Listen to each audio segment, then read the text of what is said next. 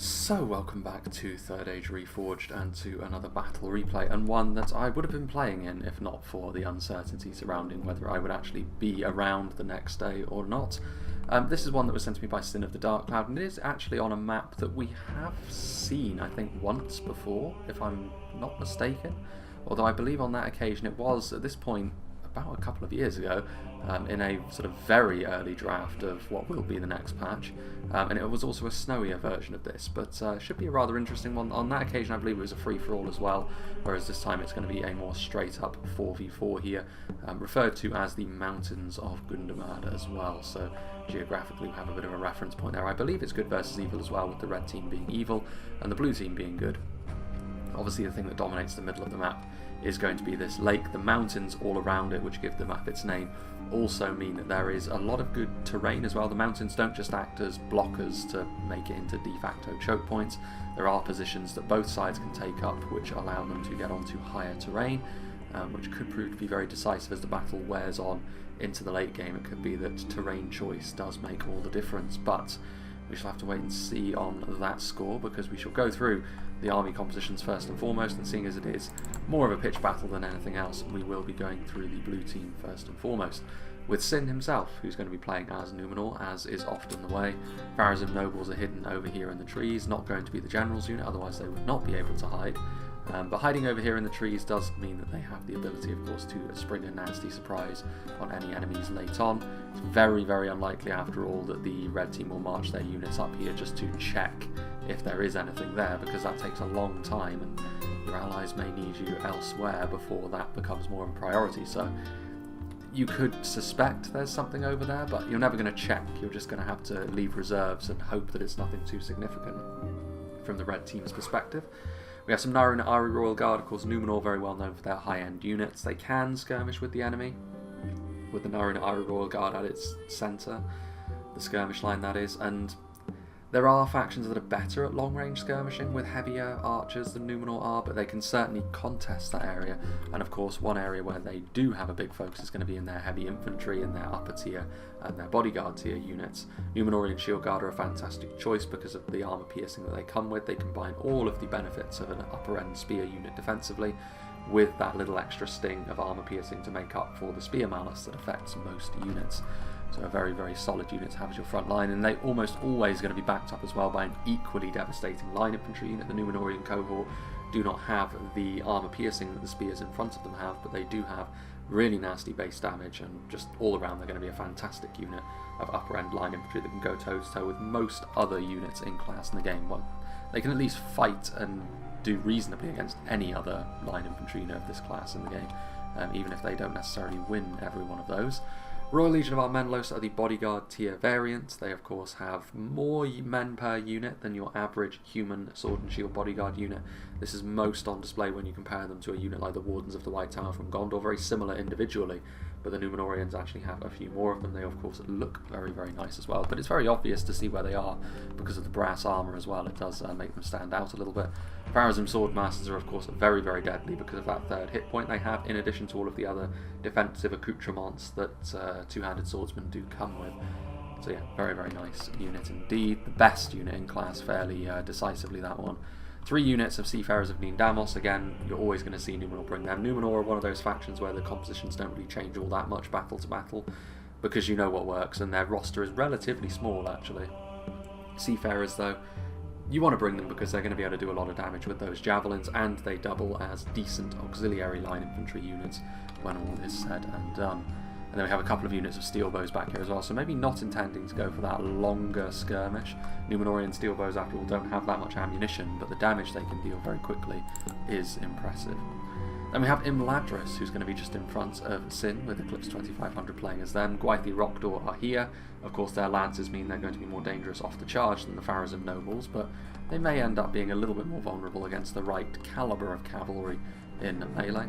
Noratirno cavalry is an interesting choice. I mean, I've often said that single HP cavalry is notoriously difficult to use in the current version of the game, and that goes double for a unit as light as the Noratirno cavalry, because archers also become a real problem for them, as well as everything else that single HP cavalry is vulnerable to.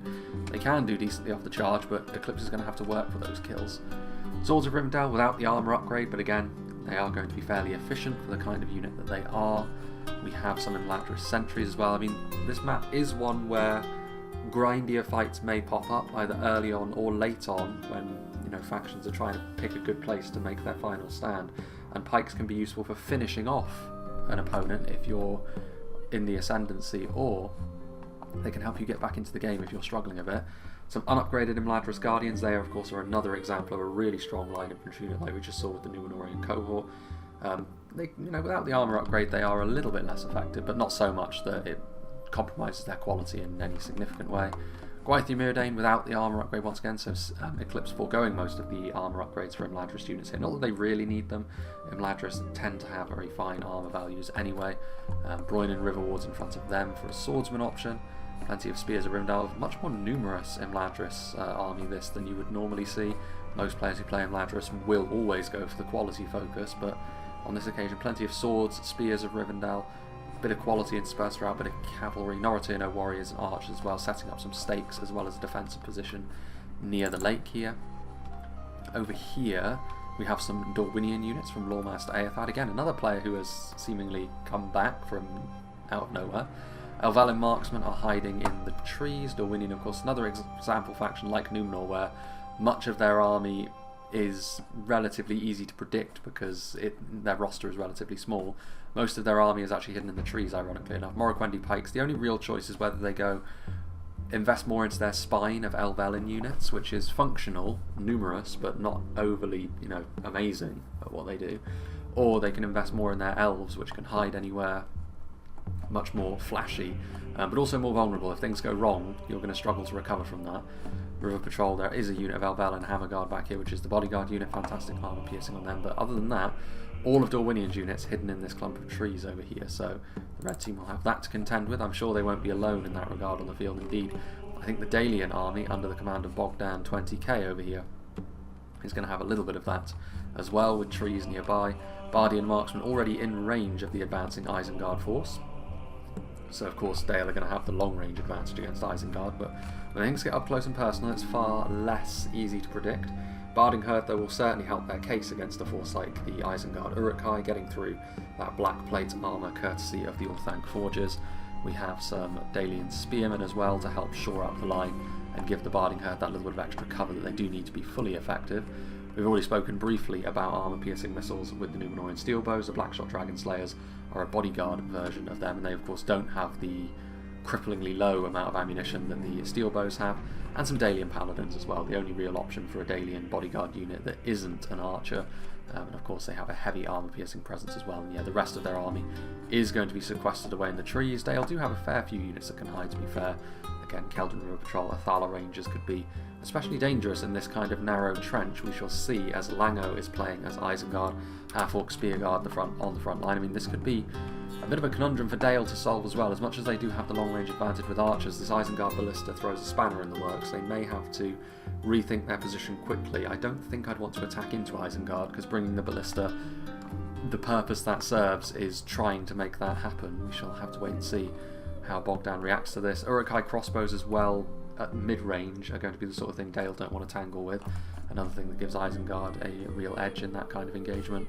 Trolls of the White Hand with some Dunlending veterans. Obviously trolls, depending on when you use them, they can be hyper effective, or they can melt away very, very quickly. I mean, the Trolls of the White Hand, like the Olag-hai and the Angmarim trolls, do at least have the armour and survivability individually to withstand a bit more punishment, but still. Dunlending veterans, Axeman, against the lower end Dalian units like the Lake Town units, they could actually be fairly efficient. But if they're going up against some of Dale's better infantry units, they will really struggle because they don't have the armour piercing necessary to be efficient against Earls or the Lamella-clad Barding Herd. The Uruk-hai pikemen can be very useful, however. Uruk-hai pikes, of course, are always going to be a central facet to what Isengard try to do, because it offers you an ideal anchor to your line, kind of a necessary anchor to your line as well for Isengard, as much as they do have a lot of mid-tier quality. They do need the pikes to really see them over the edge against some of the scarier factions in the game when it comes to quality or indeed numbers. The Uruk-hai pikemen provide you that balance that you need to strike with your Uruk-hai infantry over here and behind, who are a perfectly fine line infantry in their own right as well. Not quite on the level of stuff like the Numenorian cohort or Imladris Guardians we've already seen, but still perfectly serviceable. Nazkai are a terrifying armour-piercing bodyguard unit, of course. And then up here, more Isengard units, some half-orc spearguard, some Dunlending clansmen, some Uruk-hai pikemen, perhaps future-proofing to a certain extent here, Lango, with some units up on the hill, maybe going over to support his ally, but also claiming this high ground over here. And the champions of the White Hand represent a real challenge for any blue team cavalry that we've already seen, and which may be hidden in Dorwinion's case as well. Then we have Windy, who's playing as Mordor, so good to see him as well, still ashore. He has got some Temple Inquisitors and some Ardenheim Lancers. I mean, Mordor can field actually a fairly scary cavalry force, all things considered. They have to pay over the odds, I think, for it in comparison to a lot of other factions, but the fact that it is an option, especially in a battle like this where there are opportunities to use cavalry, it's something that you have to consider if you're facing off against them. Sauron's Will, armor piercing, going to be useful against all four of the opposing factions to a greater or lesser degree. Numenor and Dale almost universally. Against the factions with elven influences, here and there it won't be quite as efficient, but you still want it regardless. Minas Morgul chosen, offering a good frontline combat for Mordor. They'll be able to take the punishment that the blue team want to dish out. Rhiannon infantry here for the numbers, of course, which is one of the things Mordor can certainly hold over really any of the blue team factions. Rhiannon archers and Temple Guard up here on this nice incline, at least setting up their initial position in a nice bit of high ground over here, and they could even move to take this as well, which would give them overwatch over the lake. We'll see if Mordor and Isengard choose to do that. Javelins as well if they get up close and personal. Rhiannon halberds for the armor-piercing anchor, and then some Uruk captains, Nazgul and Temple executioners back here as well. Now then, we move on to Umbar, played by Mevin, a quality-focused evil faction certainly, and that maybe stands him in pretty good stead in and amongst the ranks of the red team here. Corsair infantry, though, are the most basic unit of Umbar units that you can bring.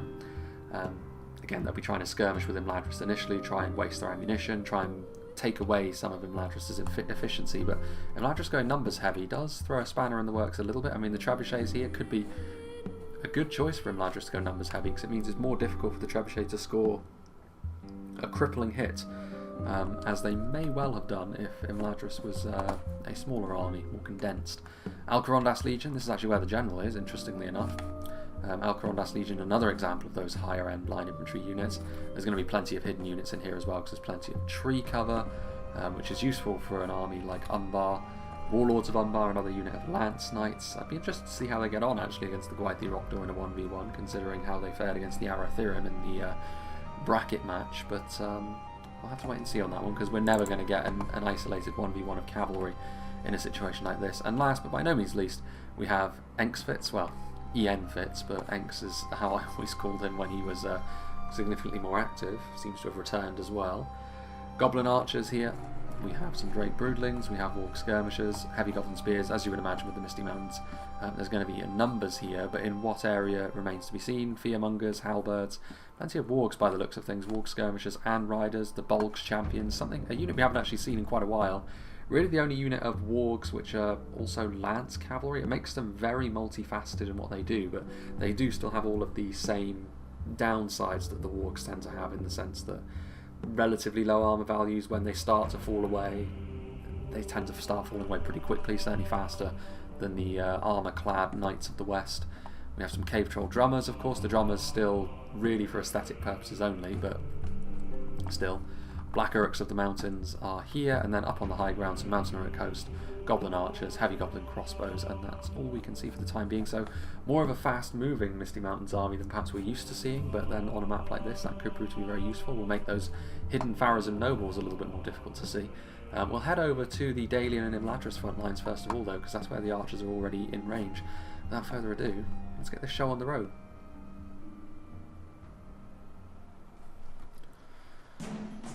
So the Dalian firing line here, as I mentioned, is going to have easy first volleys into the initial Isengard units, but to be honest with you, the Isengard units that are here, Lango won't mind too much that they're under a bit of sustained fire, and the Isengard ballista itself is going to be able to perhaps wreak more havoc on Dale than it's worth Dale sticking around for, which is why I think Bogdan is rather rapidly shifting his focus here. One of the ballista bolts does go wide.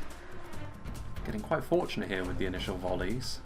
All three of them are missing. I think actually to start with we will actually go to half speed, because there are going to be some skirmishing elements happening. Apologies for that. As soon as I sit down to record, of course, that is when someone decides to ring me on the mobile phone to talk about inane garbage. Now, we shall be moving back over to here. As I mentioned, Imladris with their slightly more numerous approach here Once again, going to have to be dealing with artillery, the blue team over on this side as well, but once again getting rather fortunate. Again, the trebuchet can be a real problem when it comes to playing as the elves. But like I mentioned, you can see here Dale rather rapidly getting out of the way of the Isengard Ballista, and the Isengard Ballista's effectiveness can be limited very significantly here if Dale choose to engage Isengard in non-linear areas, but that is going to be easier said than done on a battlefield such as this. You can see here that the Blackshot Dragon Slayers are the ones that are actually being focused down from the off here by Lango. So Dale needs to move their whole army here, I think. There's really nothing to be gained from them sitting here like this. Under normal circumstances, Dale can afford to trade back and forth at long range with most other factions, but the Isengard Ballista is one of those rather difficult things to deal with if you're not prepared to do so. But yeah, Dale need to move, otherwise their team is going to be in a little bit of trouble. Meanwhile, Imladris here having to deal with the very fast-moving Misty Mountains army that Engsfitz has decided to bring. I don't know if the Noritano cavalry are going to do so well here against the Drake Broodlings.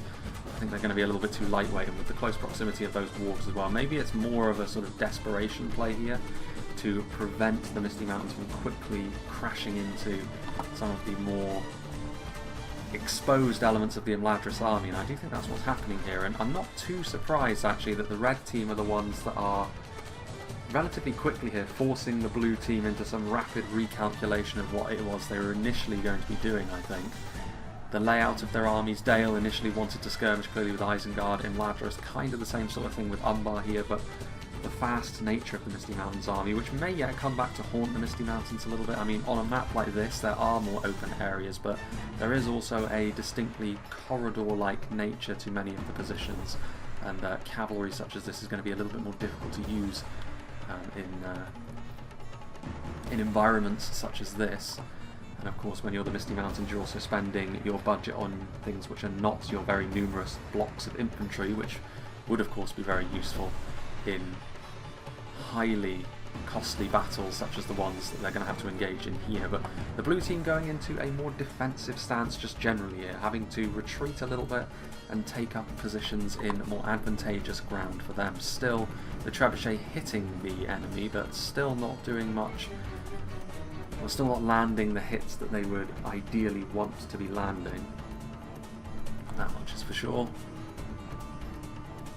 Of course, our infantry slowly marching forwards. Yes, Imladris on the retreat here. Isengard continuing to move forward. The Isengard Ballista has fallen silent for the time being, which is kind of interesting. We'll go out to 1 speed now, I think, considering that the situation is what it is. There's a few deaths on the floor here from Isengard, but not too many. Dale not fully retreating, but perhaps what they're doing here is just leaving behind a force enough to prevent Isengard from moving forward unopposed, but not substantial enough to allow the Ballista to continue firing, because it is expensive after all, the Ballista. You do need to land some good hits, you can't just use it unthinkingly.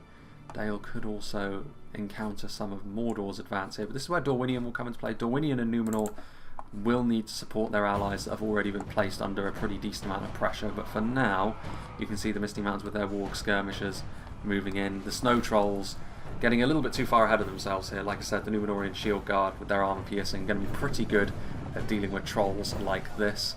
So that's a fairly substantial loss actually for the Misty Mountains, and this is where their army composition, initially it will have worried Imladris, but now they're going to need to twin their infantry with Umbars to prepare something, because I mean this is going to be a difficult one to withstand. Numenor have got themselves into a pretty good position.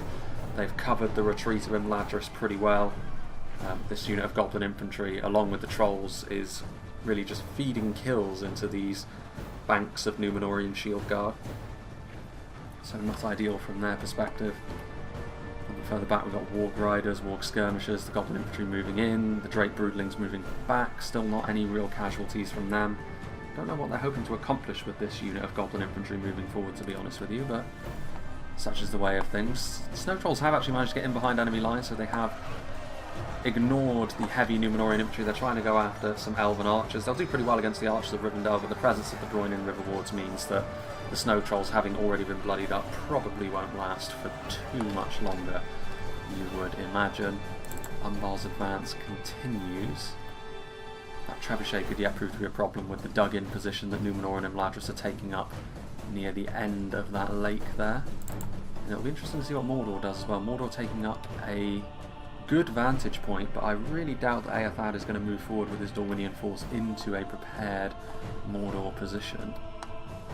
I'm still not entirely certain what Isengard are going to do here either. I mean, there is a case for saying maybe you do just continue to unload with the ballista into the Bardian marksman and Barding herd here to soften up and then go for a full-blooded infantry assault, because that would force Dale to respond in some way, and then that's when the domino effect can start to happen, and Mordor can also then go on the offensive, which in turn would force Dorwinion to move forward, otherwise Dale would end up surrounded and crushed. These are the sorts of aggressive actions by which the battle can be decided. There is apparently a blue unit here, Norröno cavalry routing off. This is where the aggression is happening for the time being. One solitary large-scale engagement with Umbar's Belagaya footmen from Mevon moving forward in high numbers, goblin infantry here, but also now some armour piercing, some substantial armour piercing as well, with the White Uruk Fearmongers attacking the joint Numenor and Imladris front line. I mean, this is a scary combination, but let's not forget the elves have gone a little bit more numbers heavy, so it's not quite as quality centric as you would expect it to be. More armour piercing from the Balakith Axguard as well, but we're seeing Morroquendi Stalkers, so Dorwinion starting to send over some range support here to hit this attacking front line from Umbar and the Misty Mountains, which that I think is the sort of thing which will force Mordor into action, and you can see that actually some of the Isengard units are the ones that are moving forward first and foremost, but you can't afford to just sit here if Dorwinion are siphoning across their skirmishers to put a lot of pressure onto your allies, and there is the opportunity of course to encircle Dale a little bit as well. Something which should be taken into account. Dorwinion's infantry force moving forwards to potentially engage. I mean, Dunlending clansmen not too scary. Minas Morgul chosen tough but not too damaging against armoured units. And also some Nandor Glade Guard moving forwards as well. Still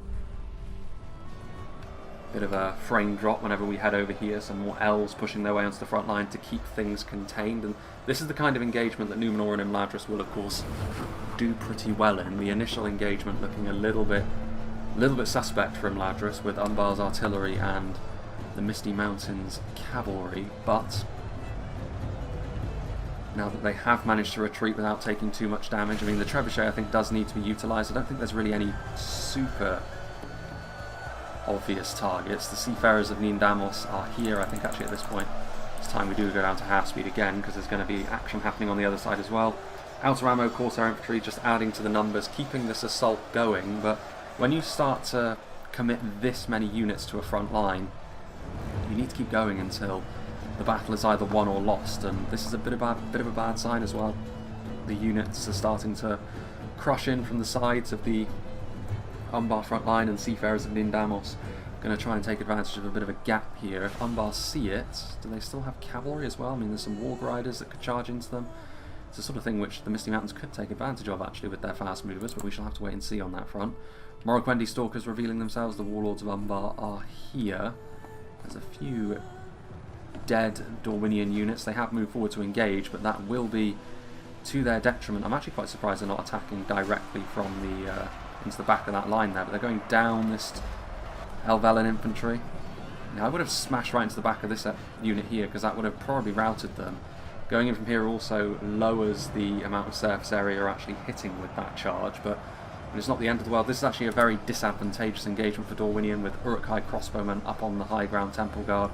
There were some Morannon archers up there at some point as well, adding to the pressure that all these Helvellyn units are going to be under. I mean, Dorwinion helping out their allies over in the east of the map,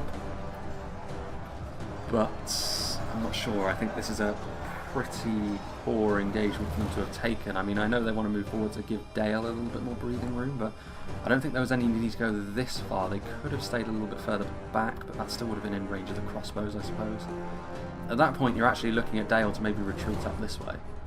If the ground is not suitable for you to make a stand, then you're just going to have to accept that.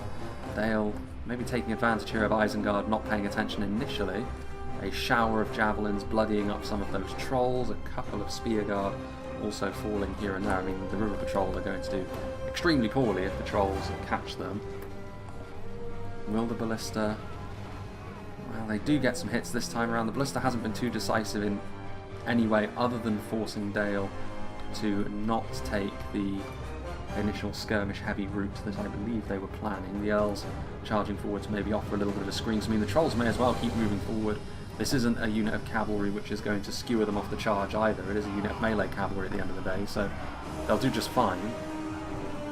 And if the cavalry wasn't forthcoming, both of these units are very, very vulnerable to them as we go back and down the line. So we have a look here, Champions of the White Hand in and amongst things, which will add to the Warlords of Umbar. They're wavering though, getting into the back lines. Dorwinion still have plenty of reinforcements, including most of their skirmish line back here, but their infantry is still in real trouble. Reinforcements are here with the Morroquendi pikes, but I don't think that's going to be enough given the superior position that Isengard and Mordor's skirmishers are able to take up here. I think it's actually on Dale at this point to siphon off some units to help them, because Isengard and Mordor are working in tandem. Dorwinion and Dale really aren't, and Dorwinion have put themselves on the line for Dale here. I think that's the only reason Eothad will have wanted to move forward in this situation, so it is up to Dale to reciprocate that and move forward and give them a hand as well. Champions of the White Hand being in and amongst things is a real problem. Exposed units of Elvelyn infantry will be taking hits. Meanwhile, Windy also sending over some support to this side of the battlefield. Morannon archers moving in. Still, this front line is going in favour of the Imladris Numenor alliance. There will be some Dorwinion archers across the way, of course. Steel bow's still there, but the combination of that heavy Numenorian infantry as well as the very efficient entry-level units from Imladris. Units like Corsair infantry aren't going to stand a chance against stuff like that, but they can still form a good block of numbers for maybe some of the slightly better units that Umbar will probably have at their disposal. But Norotino warriors out of ammunition, getting into melee. This is a real concern with Whiter at Fearmongers now fleeing from the battle as well. Heavy Goblin spears are shaken, Heavy Goblin halberds routing. Goblins and routing, one of the most iconic duos you can ever hope to see. Still plenty of reinforcements, but again, all of that cavalry, fairly expensive fast movers from the Misty Mountains. They can't just be thrown into this front line given all of the anti-cavalry that Numenor and Imladris have on it. And Imladris still have plenty of waves that they can send forward, as do Numenor. So this is the kind of battle that the blue team will really be enjoying over here, but it's looking a little bit more dicey for them on the other side. So here in these early stages, the early engagements being set, still not entirely sure who is going to have the better end of this. Dorwinion having to send forward more and more at this point. Warlords of Umbar still alive, so they managed to save themselves from routing. I mean, Dorwinion have put up a better fight on this front line than you would expect, given the situation they were initially put in. The Elvelins are a dependable kind of unit for this kind of thing, after all. But it's a situation that, again, the Orcs are moving forward. Orc Maulers finding a gap here near the lakeside, and they're going to be able to charge into the Keldon River Patrol and prevent them from firing their javelins, trying to make it costly for the Orcs, but in the end they are going to lose another one of their supporting tools. Dorwinion, the Morroquendi Stalkers in shooting circle over there, trying to do what they can. I mean, they'll be pretty good against the unshielded Orcs. I think they're going after the Champions of the White Hand though. Poison arrows as well can be a problem. Dalian cavalry making its way over, so I mean they are preventing the Orcs from wrapping around from this side super effectively with their cavalry here, Dale, but you can see there the Orc javelins launching a payload into the advancing Morroquendi pikes and supporting Elvelyn. Some javelins from Dale as well, but so far I think still the red team will be happier with how this battle has gone initially. Dale still have plenty left in reserve, but for how much longer can that continue? I mean, this is only a section of the Isengard army after all, but it's still enough to the point where Dale can't just leave them be, and if Isengard do decide to mount an all-out assault, it's the sort of thing which they'll be pretty heavily reliant on stuff like their Barding Herd to hold the line against. More and more of Dale's army is heading over here though, I think more out of necessity than anything else. They are starting to push in from the side though, so Dorwinion have managed to set up a front line to the point where Dale's are still able to reinforce effectively, as opposed to the Orcs blocking Dale's reinforcements off. So it's a good thing that Bogdan is taking this opportunity, I think, to move in. One of these battles where there is so much going on that the frame rate is... we're struggling a little bit with the frames. Look at all those arrows and javelins flying back and forth. The Hammer Guard getting onto the front line, they'll do very nicely. against a lot of the Mordor and Isengard units, but also you can see the black streaking projectiles of the Temple Guard immediately trying to focus them down. The crossbow is probably doing the same thing, but it's much harder to see what they're going after. And that will be the Dorwinion general. Continuing to fire down in there. What have we here? Warlords of Umbar managing to get in behind enemy lines. There's not enough of them really to do too much to prevent Numenor and Dorwinion from continuing to fire across the way over here. Oof, this frame rate there. More reinforcements arriving, more of the heavier Umbar infantry as well, coming in to try and support the front line. Trebuchet moving forwards. Imladris Guardians ready to be yet another wave of reinforcements to this front line. I mean, again, this kind of grinding assault, given the nature of the units involved, still I think Numenor and Imladris will be perfectly happy with this. Might have been a slightly different story if Misty Mountains had gone full infantry, like I said, but if that had been the case, I think the battle would have looked very different, because I don't know if Imladris actually would have retreated in the first place if not for the rapid Misty Mountains attack. Trebuchet trying to get into a point-blank position where they can start to really turn the tide on this one. Heavy Goblin Spears pushing quite deep into enemy lines, but I feel as though that's going to come back to haunt them in the end. Heavy Goblin Spears might be a cut above the halberds and infantry of the same tier, generally speaking, but they are still relatively basic goblins. Certainly not up to the same level as High Elves or Numenorians at their peak. Meanwhile, we're seeing three very distinct large-scale engagements. This is actually the smallest of them, though. An isolated Dale versus Isengard fight here in the far west of the map. Dunlending veterans along with Uruk-hai infantry, and it's coming down to a matter of numbers here, because the individual Dalian units would fancy their chances against this kind of force, but there's simply too many of them, and the Trolls also offering a bit of a damage spike, and Dale having to send over reinforcements to assist Dorwinion just next door is a problem. Uruk-hai pikemen as well, limiting the effectiveness of the all-important barding herd that Dale are trying to utilise. There's also a bit of a flank busting manoeuvre here. Half-orc spearguard and Dunlending veterans finding a gap. Whether units of this calibre can make this stick, given the close proximity of fairly high-quality units, remains to be seen, but it also means that Dale are going to be tied up pretty much everywhere. Units are starting to rout. I do think Isengard have played this quite well so far. Composition set the table, and Lango has done the rest so far. Dale having sent over some units to support Dorwinion. I mean, over here, they are dealing with these pockets of Orcish resistance. Dalian Paladins will demolish Morannon units and half-orc units, supported by Earls and Spears, but sending across this much has left them undermanned against Isengard on the flank, so it swings and roundabouts really. We'll only know who made the right call later on in the fight. Temple Executioners on the front line, finishing off what remains of these Elvelyn. There's some isolated Morroquendi pikemen as well. I mean, it is, again, Dorwinion have still got a front line over here, and you have to say that it's not as if the Orcs have managed to escape this unscathed by any means. Blackshot Dragon Slayers, Dale's support has been important in doing the business as well, and in fact the Nandor Blade Guard breaking through the front line, so nearest to the lake, Dorwinion have actually done pretty well. There's still those Orc Maulers in behind enemy lines, out of ammunition crossbows, preventing any more forward motion from Dorwinion. Snaga Skirmishers back here as well, still throwing the odd javelin or two. I mean, you have to say, it's not... I do still think that in the long run the Orcs will win here, but it isn't quite as messy for the blue team overall as it maybe could have been, given the very tough nature of the assignment Dorwinion were given. Dale's still fighting on. Between Mordor and Isengard, they should be able to clear them up though, especially given Isengard already crashing through that front line, a lot of routing going on. So yeah, I think the Orcs are going to be victorious over here. So the real question is, can Numenor and Imladris win this fight just as decisively? And it looks like it. I mean, perhaps having a cursory glance over the other side, they know that time is somewhat limited.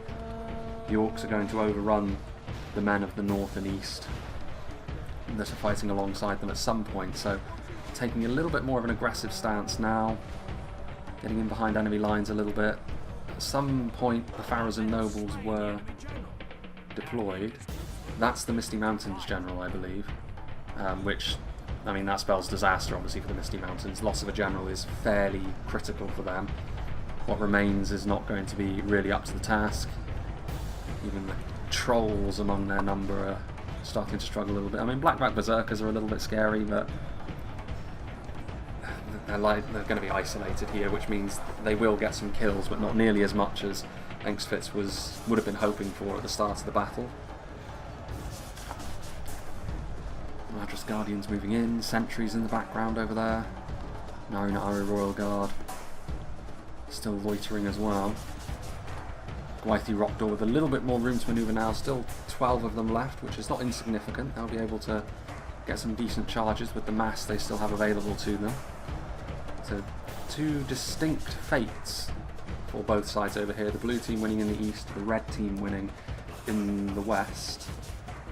I think having a look at this, I mean, they still have some reinforcements back here, which is fairly key. I think the red team had to commit pretty much all they had, at least in part, to be victorious on the other side. So that may infer that maybe the blue team have been more dominant in their victory than the red team have in theirs. But the only way to truly find that out will be when the second phase of the battle gets underway. Dale well and truly being hunted down now. Like I said, I think Isengard have done very well, both with their composition and in the way that they've used it. And they've also had very good teamwork with Mordor over on this side. Dale and Dorwinion had a difficult job, to be fair. When it was clear what way the battle was going in, it was always going to be fairly tough to respond to that accordingly. And like I said, it may have actually been better for them. Dorwinion maybe to shuffle across here and Dale to try and retreat the long way around.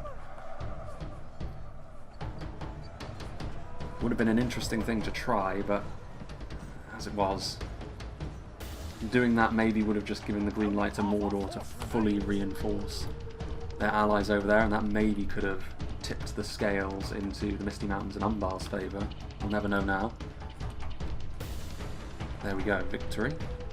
Still plenty of good units as well. Uruk-hai Pikemen will be very useful come the late game. Temple Guard are there. I don't know how much in the way of ammunition they have left. It's very difficult to keep track of this sort of thing.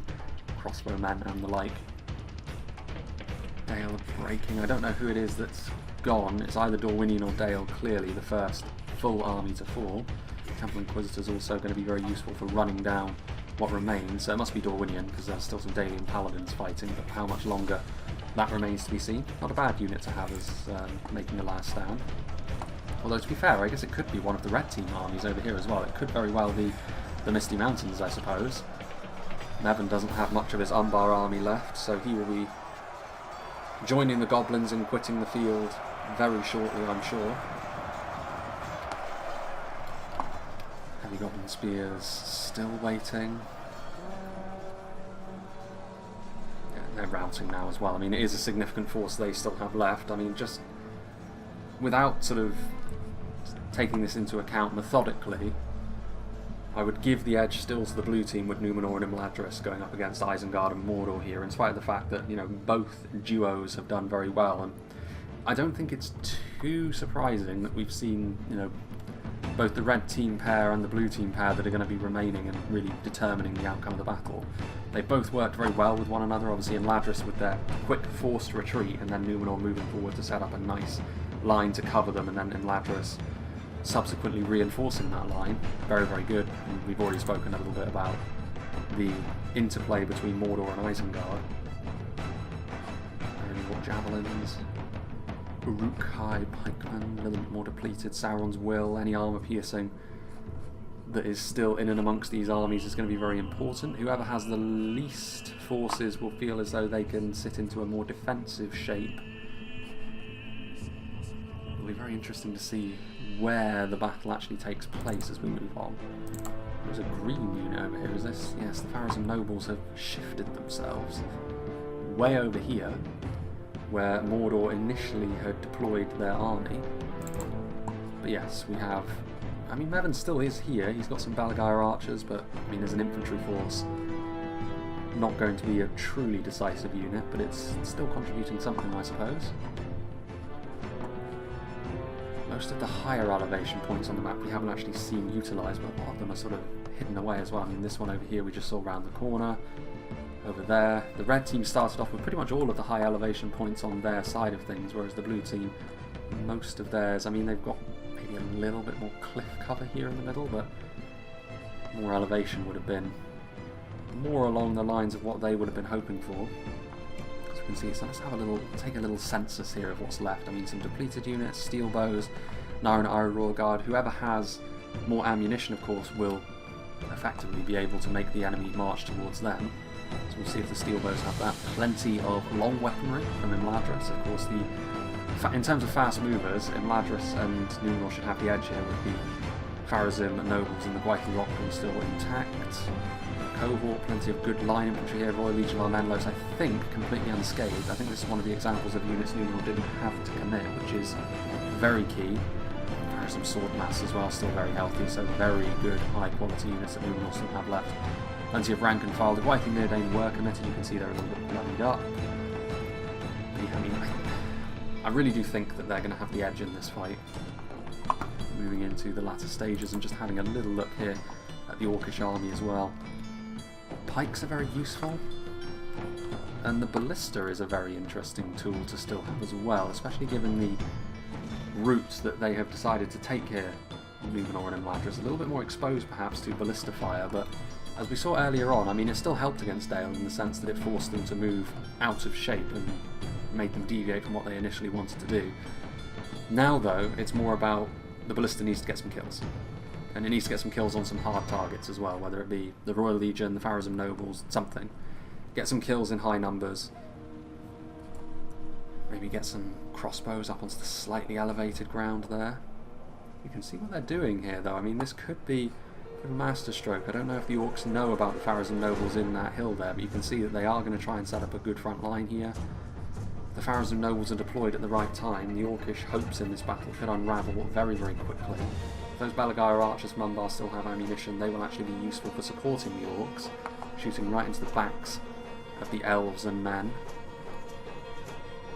I mean, I can only assume they do still have a bit of ammunition, otherwise there's no sense in sending them up there in the first place. Uruk-hai pikemen killing off some units that were already routing.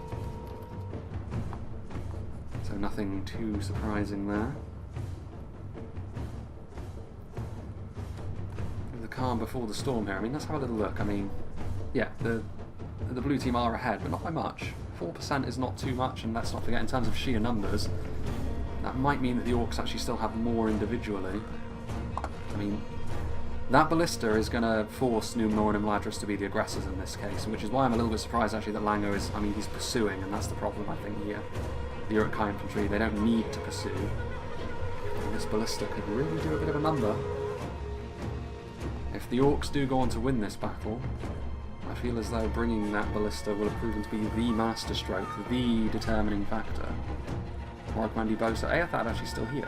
So it wasn't Dorwinion that was destroyed earlier on, it must have been the Misty Mountains. They were the first to fall. And we've got here these Uruk-hai infantrymen maybe a little bit too far forwards. 1-to-1, the Numenorian cohort are superior. Losing an infantry unit like this because you didn't notice they were pursuing an enemy is the sort of margin by which this battle could yet be decided. The Isengard ballista maybe moving back a little bit further.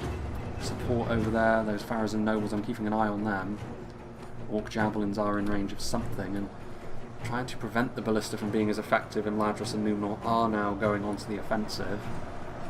In these sort of line battles so far, the earlier one they were engaged in, this is how they were victorious, and against a tiring Isengard and Mordor force, I would still fancy the chances of Team Blue here. Especially like that Farazim noble unit that's just sneakily hidden back there might be absolutely vital as well. A little bit banged up, the Nazkai, but they will be very good against the Numenor infantry in particular. That armor-piercing damage, very good there. Characteristic whistle of crossbow bolts. Forward come some seafarers to offer some support. More Farazim swordmasters. Yeah, this front line is struggling at this point, and here come the Farazim nobles. Now that a lot of the units, and by necessity being committed to the front line to try and stop Numenor and Imladris from dominating there, that means that they're going to have very little in the way of cover against the Farazim nobles. We're going to scythe through some Orc javelins trying to support in a very good position. From the Orcs' perspective, setting up like this is pretty much their only choice. But of course, in so doing, engineering the engagement to be in this position is obviously a big, big problem now for the Orcs, because they need everything on the front line, and they need their supporting units to be doing a lot of heavy lifting in order to stop the steel tide which is coming towards them. I don't think they're going to have the ability to do that, unfortunately for them. Temple Guard is still way back there. Still units over there. Dale actually still alive as well. Able to get a little bit of vengeance perhaps on the Orcs over here. And the fact that they are distracting a few temple units. Blackshot Dragon Slayers are still alive as well. Ardenheim Lance is still over here. Windy has to micro an awful lot at this point, and I don't think he's going to be able to. Pharazim Noble's able to get in amongst the Isengard Ballista. That was artillery of some description. What was that? Finds the centre there. Where's the artillery? Temple Inquisitors are in behind enemy lines, but I think they're going to arrive too late, really. I think there's going to be some fairly deep wounds inflicted on the Orcish front line, which they're not going to be able to recover from here, I think. Valiant attempt, but Orc Javelins. Urukai Pikemen trying to be a difference maker on the front line, trying to keep these very scary Numenorian and Elven units at arm's length, but they're struggling to do so. Unsurprisingly, to be honest.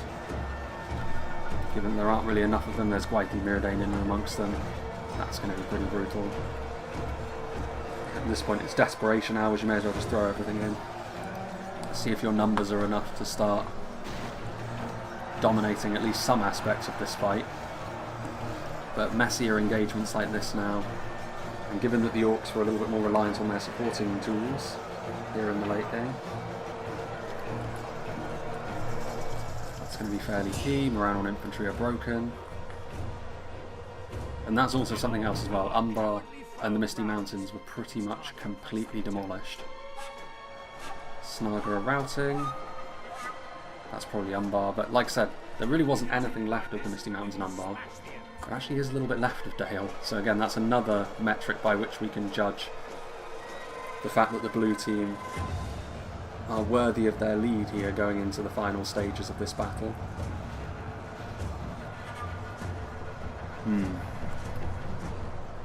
Urukai Crossbowman, Numenorian Cohort, Archers of Rivendell,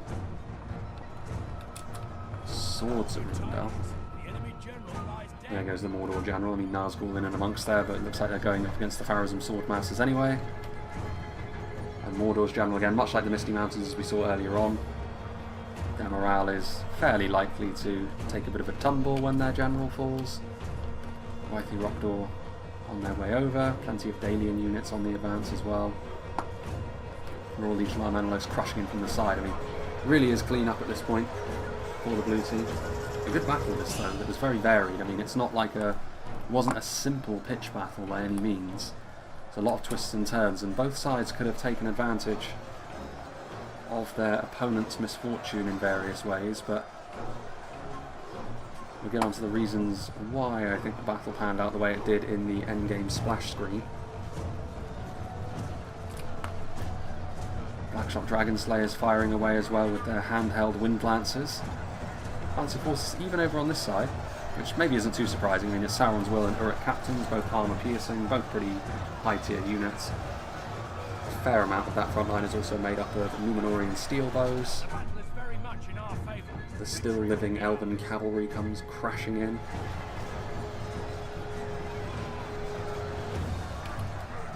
Having a look at the margins for victory here. I mean, it's close. It is close. This is what we're seeing is the entirety really of the blue team's force that's left. A few scattered Dalian units in the backfield. Numenor and the elves themselves have taken a lot of damage to get here. It was always their advantage here in the late game was always quite minor, and perhaps without the Pharazim nobles' support in running down the ballista and the javelins and the like, things could have been different.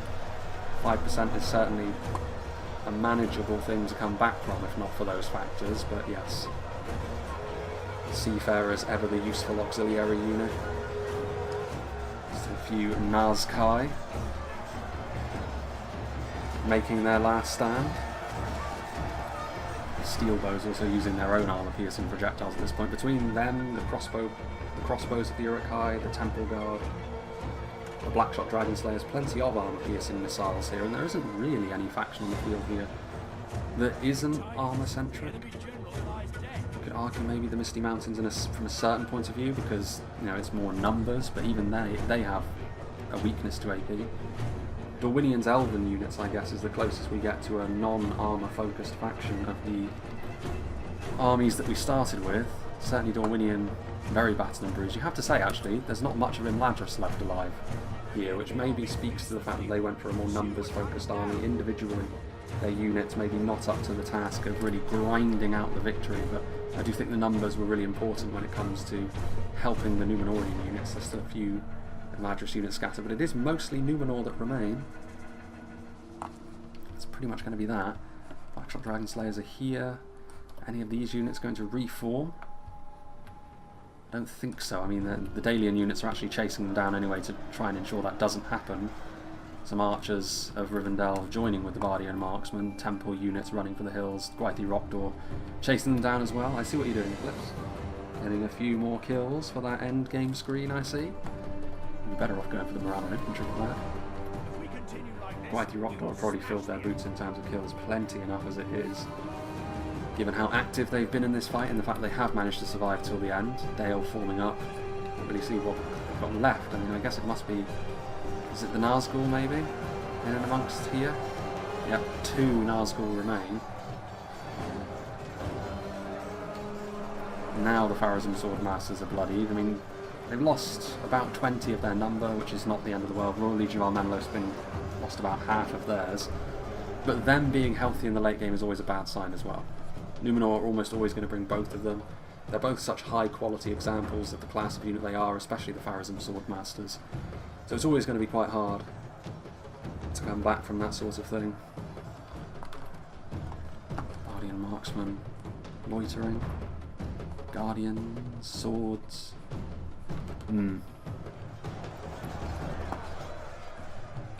Further back. Steel bows waiting. I'm just seeing if there is anything other than those Nazgul. I don't think there is, actually. Funnily enough. Maybe there is. Is this one? Nope.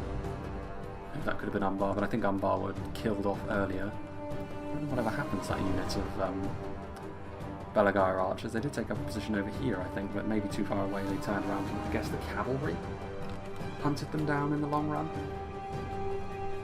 It is going to be, I think, purely the general, maybe, from Mordor.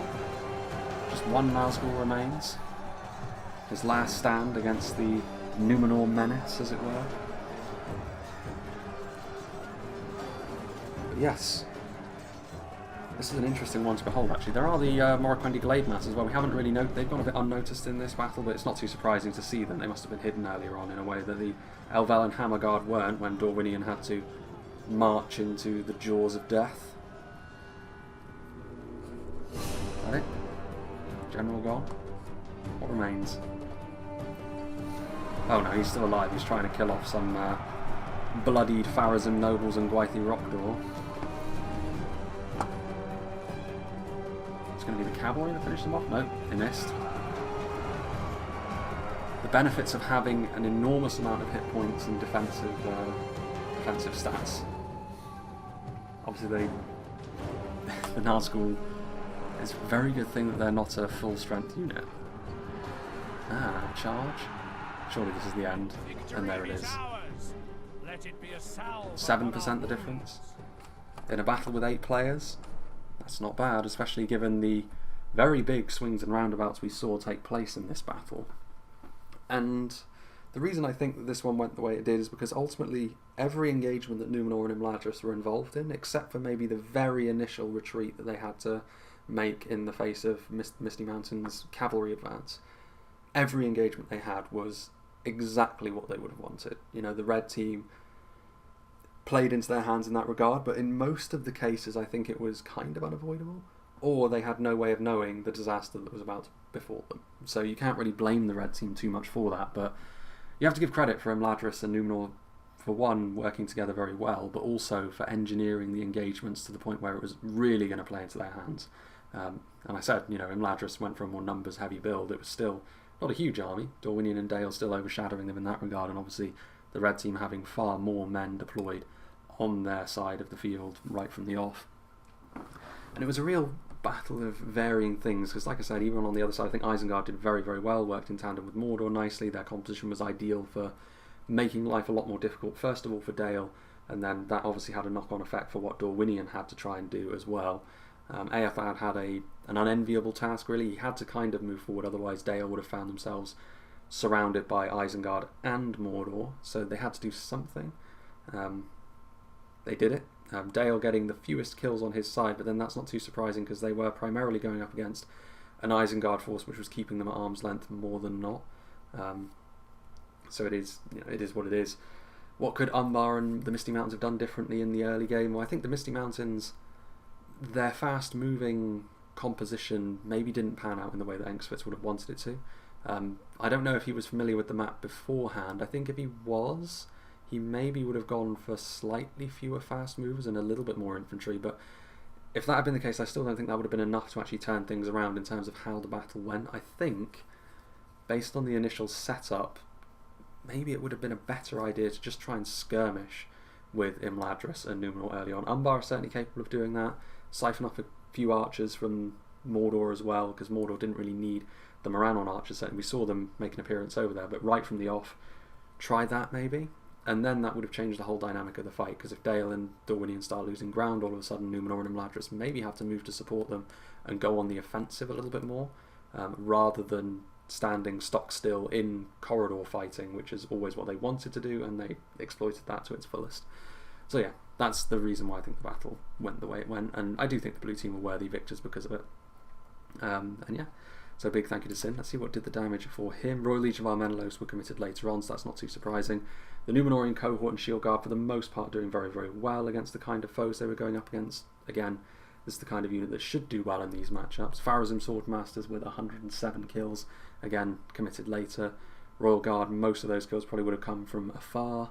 Seafarers, like I said, ideal auxiliary unit in these kind of situations. Pharazim Nobles used very nicely as well, of course, and their presence really made it next to impossible for the red team. They were already kind of at a bit of a disadvantage in spite of how well I think Windy and Lango did.